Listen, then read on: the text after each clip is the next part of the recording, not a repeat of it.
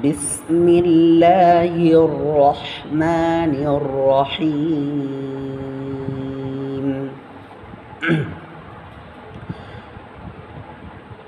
আলহামদুলিল্লাহি রাব্বিল আলামিন। আলিফ লাম জবর আল, হা মিম জবর হাম, আল হাম, দাল পেশ দু, আল হামদু। লাম লাম জের লিল, লাম খারা জবর লা, লিল্লা, হা জের হি। আলহামদুলিল্লাহি। র বা জের রব, র বা জবর রব, বা লাম জের বিল, রব্বিল। আলহামদুলিল্লাহি রব্বিল, রব্বিল, রব্বিল।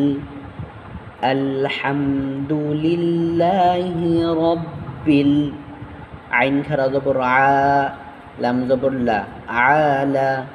মিম ইয়াজের মি, নুন জবর না, আলামিনা। যেহেতু এই জায়গায় নুনে ছাড়তেছি এর জন্য আলামিন হবে। আলহামদুলিল্লাহি রব্বিল আলামিন। মানে এর মধ্যে অনেকগুলা কায়দা আছে, যে কায়দাগুলো আমাদের জানতে হবে, না জানলে আমরা আসলে সুন্দর করে কোরআন শরীফ পড়তে পারবো না।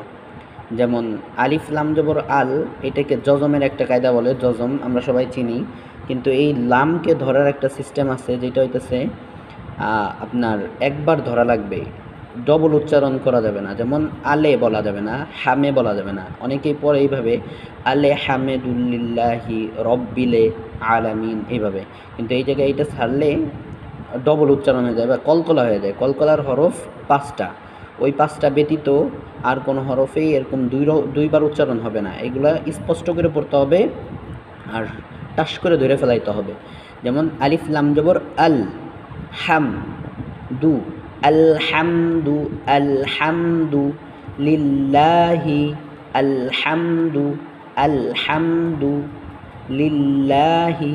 লিল্লা এই জায়গায় হইতেছে আপনার লামজের লামজের লিল, এই জায়গায় তাসদিদ আসছে, যেহেতু দুইবার উচ্চারণ হবে।